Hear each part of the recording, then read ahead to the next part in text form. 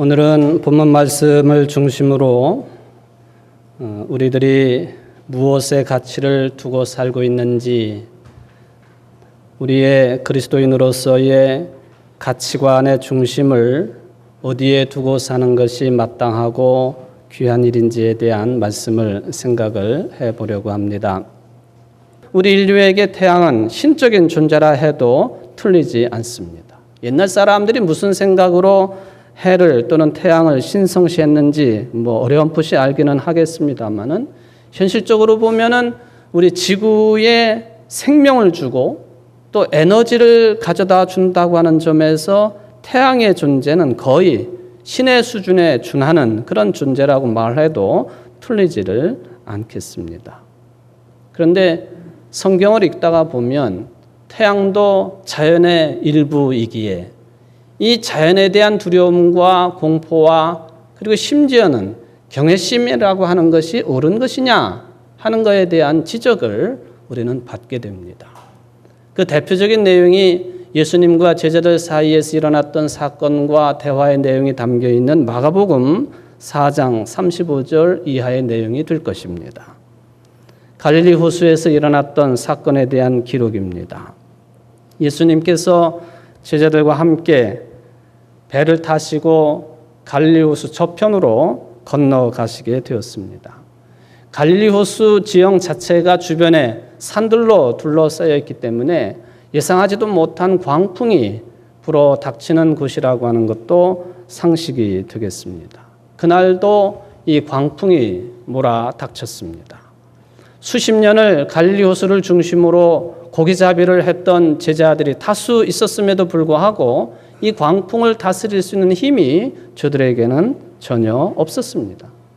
당연히 고무를 베고 주무시고 계시는 예수님을 다급하게 찾습니다. 예수님은 그런 상황 속에서도 주무시고 계셨습니다. 급한 마음에 예수님을 흔들어 깨웁니다. 선생님이요, 우리가 죽게 된 것을 돌아보지 않으십니까? 저들은 자연 현상으로서 바람과 풍랑을 무서워하고 두려움에 떠는 그 모습 그대로였습니다. 깨어나신 예수님께서 바람과 호수를 꾸짖고 말씀하십니다. 잠잠하라, 고요하라. 저는 이 예수님의 말씀 잠잠하라, 고요하라 하는 이 말씀이 단순하게 자연현상을 누그러뜨리기 위한 그런 말씀만으로 읽혀지지 않습니다. 그 자연현상 가운데에서 호들갑을 떨고 있는 제자들을 향하신 말씀으로도 읽혀집니다. 어쨌든 바람과 호수가 잔잔해졌습니다. 그러자 예수님이 말씀하십니다. 어찌하여 그렇게 무서워하느냐? 어찌 믿음이 없느냐라고 꾸짖습니다. 그리고 제자들이 예수님을 향하여 이런 고백을 남겨놓습니다. 저희가 심히 두려워하여 서로 말하되 저간 위기에 바람과 바다라도 순종하는고. 저희가 심히 두려워하여 서로 말하되 저간 위기에 바람과 바다라도 순종하는고. 성서를 읽다가 보면 이 마가복음 4장에 나오고 있는 두려움이라고 하는 이 말로 해석되어 있는 그 두려움이 한 가지 두려움이 아닌 것을 알게 됩니다. 적어도 두 가지 종류의 두려움이 여기 마가복음 4장 35절 이하에는 기록이 됩니다. 그 중에 하나가 바로 무서움 또는 겁먹은 상태, 비겁한 상태, 또 심약한 상태를 드러내고 있는 두려움이라고 하는 그런 단어 해석이 되겠습니다. 바로 제자들이 호수를 보고 바람을 맞고 자연을 보고 느낀 그런 두려움이 되겠습니다. 무서움, 공포 여기에 해당이 되겠죠. 또 하나의 두려움은 다른 내용입니다. 바로 이 모든 상황들이 종료가 된 다음에 제자들이 예수님을 통해서 갖게 되는 두려움이었습니다. 우리들이 생각해야 될 두려움은 바로 진정한 의미의 두려움은 제자들이 예수님을 통해서 얻게 되는 두려움이라고 생각을 해봅니다. 예수님은 분명히 제자들이 자연을 향해서 가졌던 두려움을 꾸짖었습니다. 왜 무서워하고 두려워하느냐라고 꾸짖어 주신 것이 마가복음에 나와 있습니다. 저들이 두려움을 가진다고 할 때 바른 두려움은 바로 예수님께 대한 두려움을 가져야 되는 것인데 마지막에서야 제자들은 예수님께 대해서 그런 두려움을 가졌다라고 기록을 해 놓았습니다. 이 두려움은 예수님께서 왜 믿음이 없느냐라고 야단을 치셨기 때문에 가지는 공포와 두려움이 아니었습니다. 마지막에 제자들이 가지게 된 두려움은 예수님이 어떤 분이신지를 깨달아 알았기 때문에 가질 수 있는 두려움이었습니다. 물론 그 이전에도 예수님이 행하신 기적이라든지 예수님이 주신 말씀이라든지 이런 것들을 통해서 수없이 많이 예수님이 어떤 분이신지를 알고 온전한 믿음의 두려움을 가질 수 있는 기회가 많이 있었지만 그때는 잘 몰랐던 그런 두려움이었습니다. 그런데 갈릴리 바다도 광풍도 예수님께 순종하는 것을 보면서 제자들이 그때서야 온전한 또는 거룩한 두려움의 마음을 가지게 되었습니다. 예수님에 대한 두려움, 그것은 곧 전지전능하신 하나님 앞에서 가질 수 있는 두려운 마음, 거룩한 마음이 될 것입니다. 결국은 마가복음에서 주시고 있는 말씀의 의미는 자연현상을 통해서 가질 수 있는 두려움 속에 무서워하고 떨고 있는 제자들이 이제는 참다운 두려움의 대상을 발견을 하고, 즉 예수님을 향한 거룩한 두려운 마음으로 변화가 되었다라고 하는 그 의미를 마가복음 우리에게 던져주고 있다고 볼 수가 있겠습니다. 맞는 말씀입니다. 하나님의 자녀들인 그리스도인들인 우리에게는 가져야 될 마땅한 두려움이 있습니다. 또 반면에 가져서는 안 될, 떨쳐버려야 될 두려움도 분명히 있습니다. 근데 많은 사람들이 이것을 구별하지 못하는 것이 문제가 되겠습니다. 더 큰 문제는 버려야 될, 떨쳐버려야 될 두려움은 보물처럼 지니고 있으면서 마땅히 가져야 될 두려움은 버리고 살아간다고 하는 것이 우리 인간들의 큰 문제가 되겠습니다. 다른 사람 문제가 아니라 바로 나 자신의 현실적인 문제, 신앙적인 문제인 것이죠. 그러기에 성경 하나님의 말씀은 계속해서 두려워할 것과 두려워하지 말아야 될 것에 대한 구분의 말씀을 우리에게 던져주고 있음을 우리는 발견을 해야 됩니다. 실로 여러분들은 얼마나 많은 두려움을 가지고 이 세상을 살아가고 계십니까?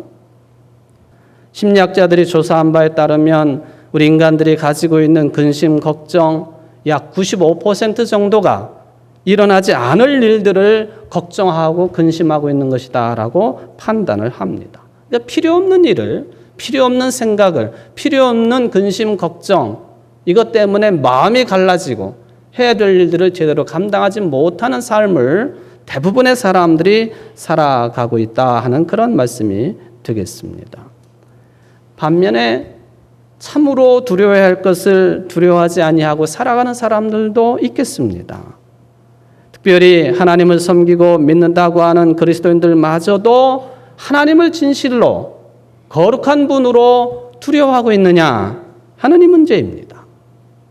우습게 본다거나 또는 하나님을 별 볼 일이 없는 존재로 생각한다거나 이게 남의 문제가 아니라 우리의 생각과 말과 행실을 뜯어보면은 우리 자신도 진실로 하나님을 두려워하고 있는지에 대한 그 질문 앞에 정당한 답변을 내리지 못하고 있는 존재라고 하는 그런 말씀이 되겠습니다.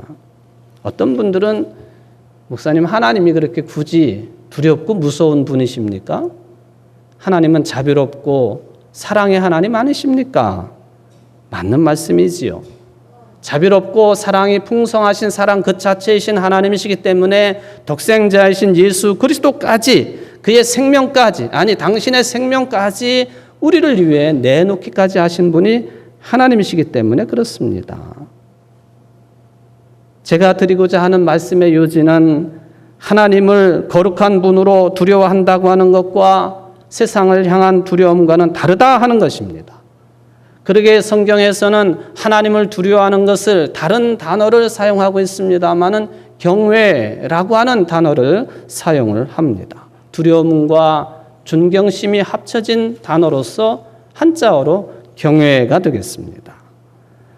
세상의 두려움은 그 두려움의 대상에서 멀리 떠나려고 우리 모든 인간들이 애를 쓰겠습니다마는 성경에서 하나님을 경외하라, 하나님을 두려워하라 할 때에는 그 두려움의 거룩한 대상인 하나님을 두려워할수록 더 가까이 해야 된다고 권면하고 있는 말씀을 보면은 하나님을 두려워한다라고 하는 경외심의 이 내용이 어떤 의미인가 하는 것을 우리는 일정 부분 알 수가 있겠습니다. 성경은 계속해서 우리들에게 하나님을 경외하라고 명령하십니다.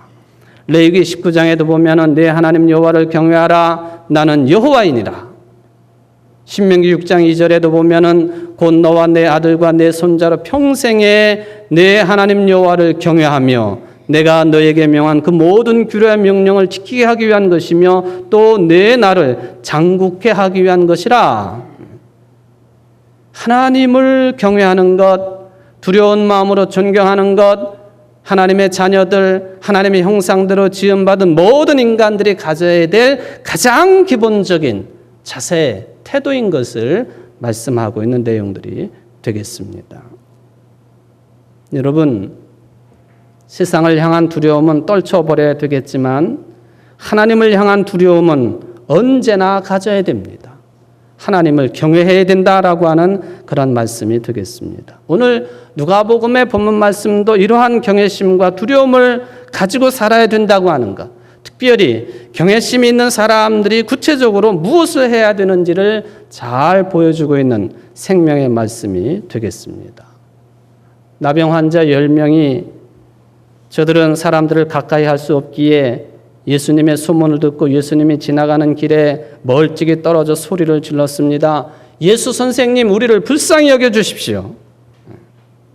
그러자 예수님은 그 외침을 들으시고는 무슨 다른 행동을 하신 것이 아니라 말씀만 하십니다. 가서 제사장들에게 너희 몸을 보이라 명령하셨습니다. 이 병이 완치되었다고 하는 사실을 제사장이 확인해야만이 가능한 일이기 때문에 이 명령을 내리십니다. 저들이 제사장에게 가는 길에 이미 자신들의 이 심각한 나병이 다 낫게 된 것을 깨닫게 되었습니다. 근데 성경 말씀이 계속되기를 그 10명의 환자들 중에 나음받은 환자들 중에 한 사람만 예수님에게 와서 감사의 마음을 표현했다 했습니다. 이를 보시고 예수님은 나머지 9은 어디 있느냐? 그리고는 그 한 사람에게 네 믿음이 너를 구원하였다라고 축복의 말씀을 허락하셨습니다. 이게 본문의 대체적인 줄거리입니다.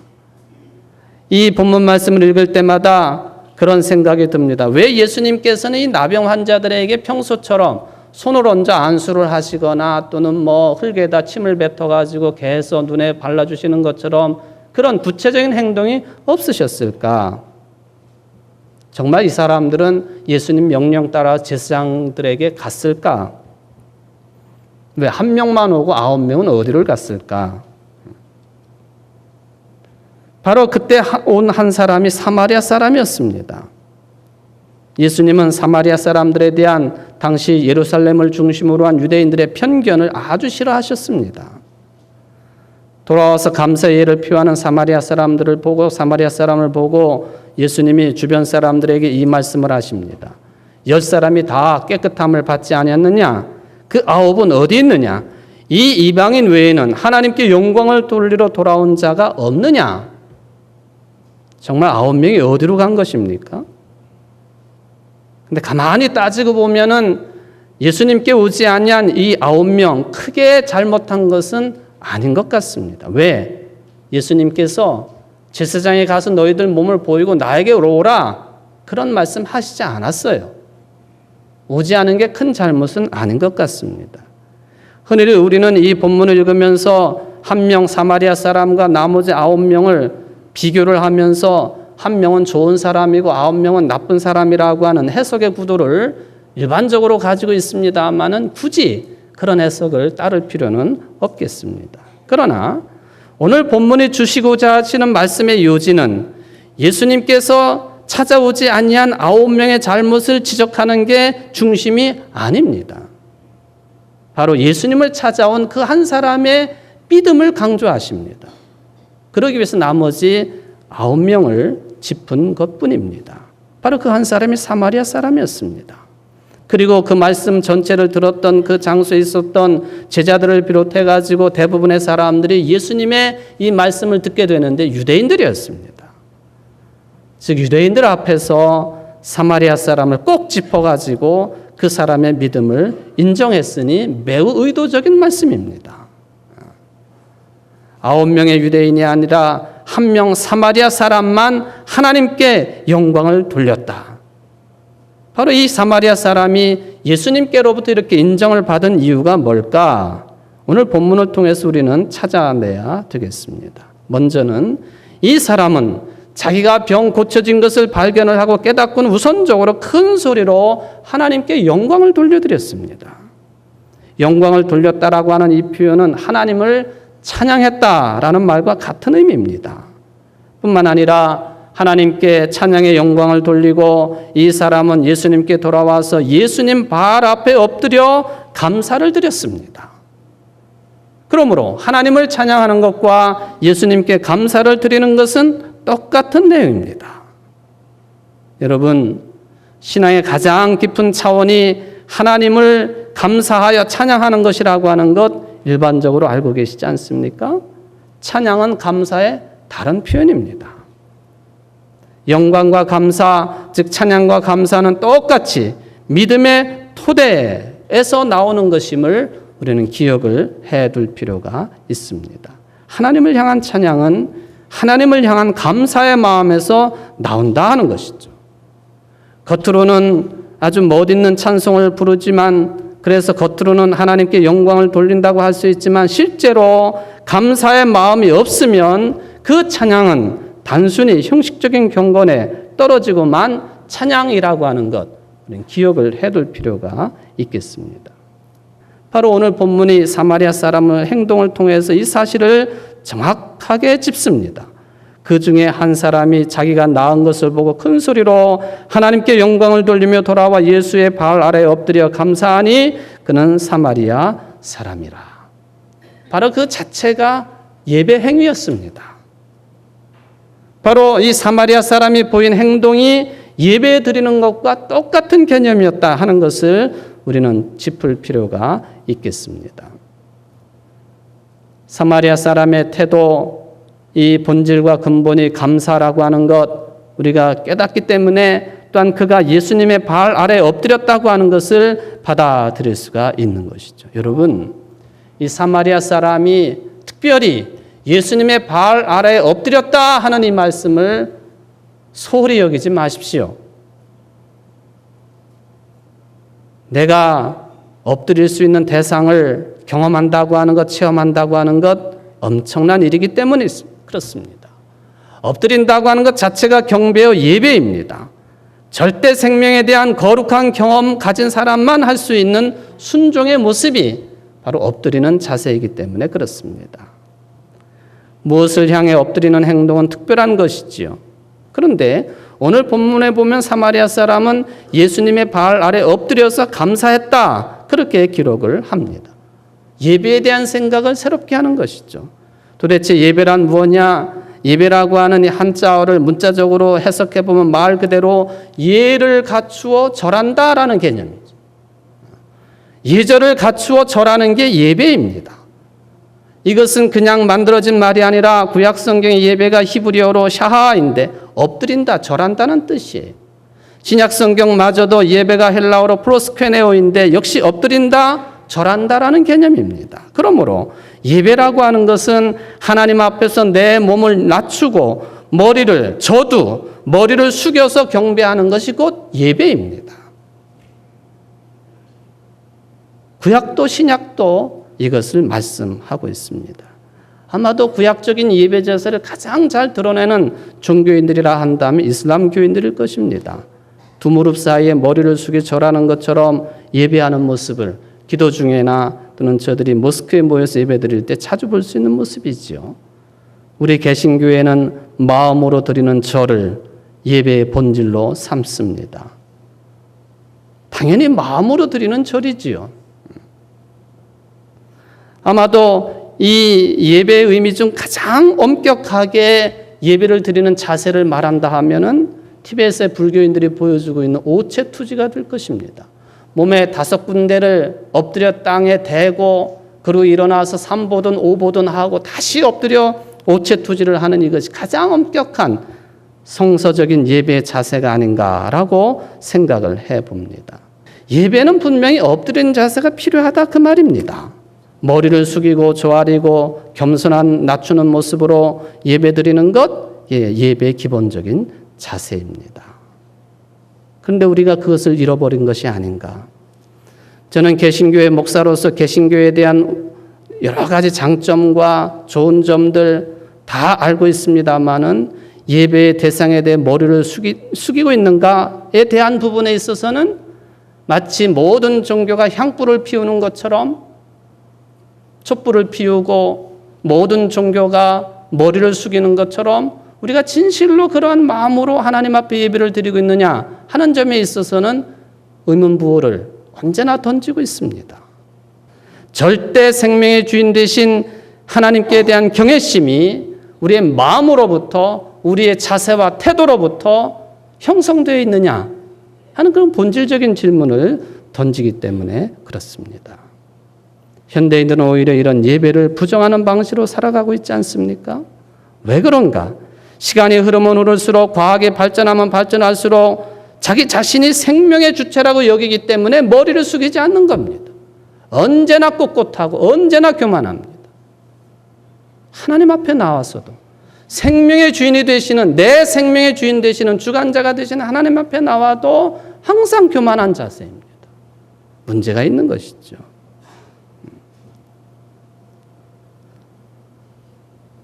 오늘 본문에서 예수님께서 사마리아 사람에게 네 믿음이 너를 구원하였으니 평안히 가라 하는 이 개념, 어느 여자에게 주셨던 말씀과 똑같은 내용입니다만 왜 주셨는가? 자기 자신을 한없이 낮출 수 있는 절대 대상을 경험한 그 사람이 곧 믿음을 드러낸 그 사람에게 주실 수 있는 최고의 축복의 말씀이었습니다. 여러분, 예배 드리는 일을 소홀히 하지 마십시오. 생명에 관련된 일입니다. 빠지지 마십시오. 졸지 마십시오. 예배 시간에 다른 생각하지 마십시오. 다른 행동하지 마십시오. 그렇다고 무슨 나무 토막 마냥 딱딱하게 앉아 예배 드리라는 게 아닙니다.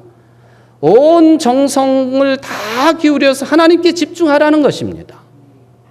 그런데 이 하나님께 집중하는 생명의 일을 왜 그렇게 자주 빼먹습니까? 왜 함부로 생각하십니까? 여러분 모두 다가 오늘 한 명 이 사마리아 출신 나병 환자처럼 내 믿음이 너를 구원하였다. 그가 어떤 믿음을 보였기에 예수님이 이 굉장한 축복의 말씀을 주셨는지 이 말씀을 듣는 주인공들 되시기를 바랍니다.